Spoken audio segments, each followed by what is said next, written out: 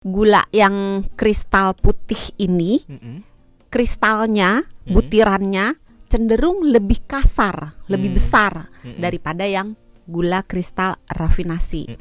Nah, yang gula kristal putih itu diperuntukkan konsumen rumah tangga.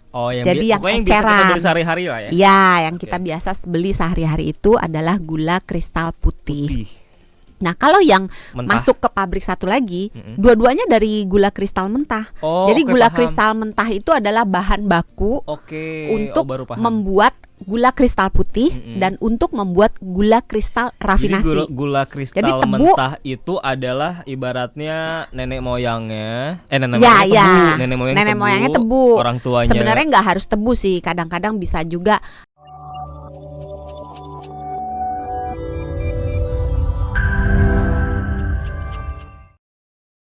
Gula rafinasi itu jahat katanya, membahayakan untuk manusia. Kalau dijawab sekarang ntar pada pergi lagi. Karena nggak penasaran lagi soalnya kan. Karena pasti jawabannya nggak seberbahaya itu berarti. Jawabannya sebenarnya sih pada dasarnya bukan jenis gulanya yang berbahaya, tapi jumlahnya. Jadi bukan namanya, tapi kuantitasnya. Berapa banyak yang kamu makan. Tapi sebelum kita ke situ ya, saya penasaran dulu deh sama definisinya gula rafinasi. Bedanya sama gula-gula yang lain ini apa, Dok? Definisinya dulu deh. Dari yang tadi 3 disebut ya. Iya, gula kristal mentah. Coba contekannya jangan dibaca. Gula kristal mentah 1. Gula Terus kristal putih sama gula kristal rafinasi. Udah dihafalin loh, hebat loh. Iya. Jadi kalau gula kristal mentah itu asalnya dari tebu. Jadi tebu diiris-iris, diproses menjadi gula kristal mentah. Nah, gula kristal mentah ini dibagi jadi 2. Kalau masuk ke pabrik yang sebelah sana, maka dia ujung-ujungnya akan menghasilkan gula kristal putih. Kalau dimasukin ke pabrik yang sebelah sini, maka akan menghasilkan gula kristal rafinasi. Tapi sebenarnya sama. Asalnya sama-sama dari tebu yang kemudian setelah diolah dia menjadi gula kristal mentah.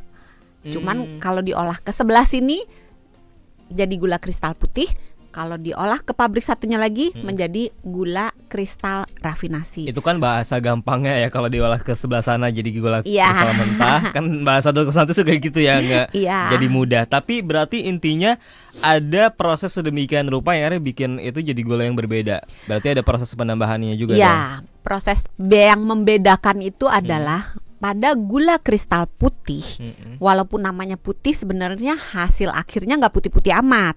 Warnanya tuh agak kekuning-kuningan. Jadi kalau kita ke pasar atau ke supermarket, minimarket beli gula dalam kemasan, itu kan ada yang putih bersih, ada yang agak kuning.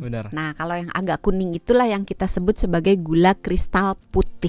Walaupun namanya putih, warnanya sebenarnya agak kekuningan. Nah, gula yang kristal putih ini, kristalnya, butirannya cenderung lebih kasar, lebih besar daripada yang gula kristal rafinasi. Nah, yang gula kristal putih itu diperuntukkan konsumen rumah tangga. Jadi yang eceran, beli sehari-hari lah ya. Ya, yang kita biasa beli sehari-hari itu adalah gula kristal putih. Nah, kalau yang masuk ke pabrik satu lagi, dua-duanya dari gula kristal mentah. Jadi gula kristal mentah itu adalah bahan baku untuk membuat gula kristal putih dan untuk membuat gula kristal rafinasi. Jadi gula kristal mentah itu adalah ibaratnya nenek moyangnya, nenek moyangnya tebu, orang tuanya. Sebenarnya nggak harus tebu sih, kadang-kadang bisa juga sugar beet gitu. Tapi kalau sugar daddy beda ya. Memang kalau anak zaman sekarang sukanya gitu, katanya kalau lelah gitu ya mencari uang gitu kan, udahlah cari sugar aja gitu kan. Apa memang doksan? Jadi tebu itu nenek moyangnya, terus turun orang tuanya diolah menjadi kristal mentah. Anaknya kristal putih sama rafinasi. Jadi saudara kandung itu sebenarnya sama-sama dari gula kristal mentah. Pamannya gitu. Siapa kalau boleh tahu? Pamannya namanya Wicaksono.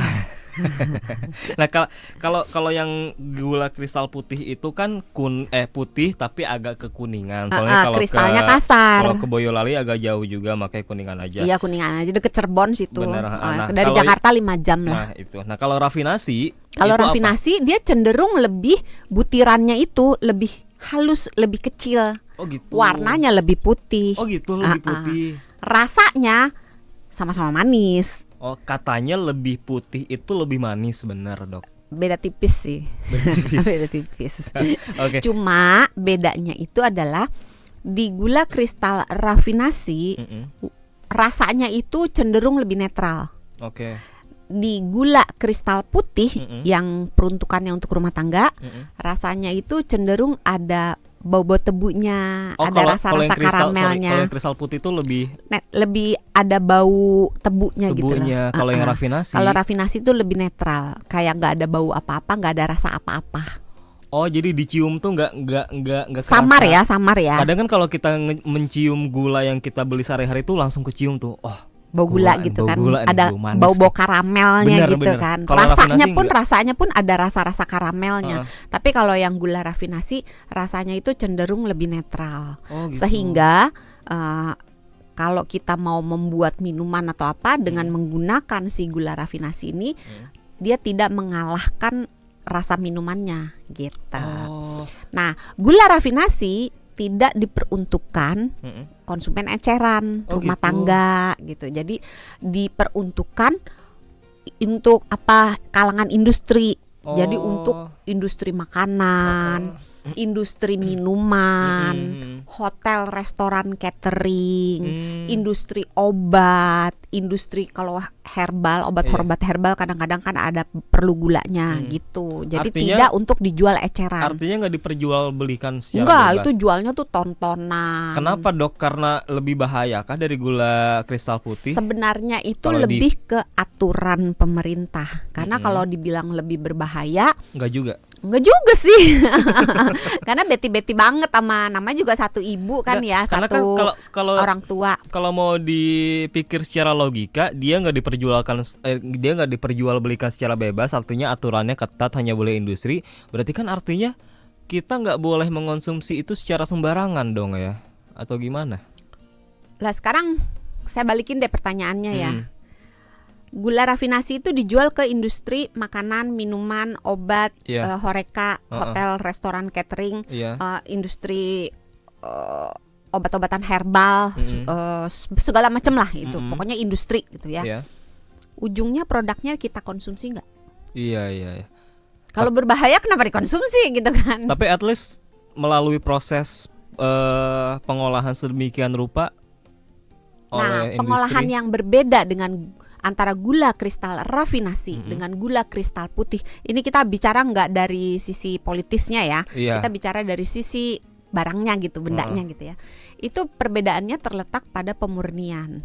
Jadi pada yang kristal rafinasi, yang dirafinasi, namanya kan rafinasi, di-refine, dimurnikan. Jadi kotoran-kotorannya, molasesnya itu dikeluarkan sehingga dia pure. Makanya warnanya bisa putih karena pencemar dalam tanda kutip dibuang. Terus termasuk nggak cuma molasenya aja yang dikeluarin, termasuk juga berbagai mineral. Kan gula itu walaupun dikit sih sebenarnya, jumlahnya itu tidak signifikan untuk konsumsi, untuk menjaga kesehatan gitu. Nggak berarti bahwa gula tebu itu ada mineralnya. Untuk menjaga kecukupan mineral maka kita makan gula banyak-banyak gitu ya. Enggak juga gitu.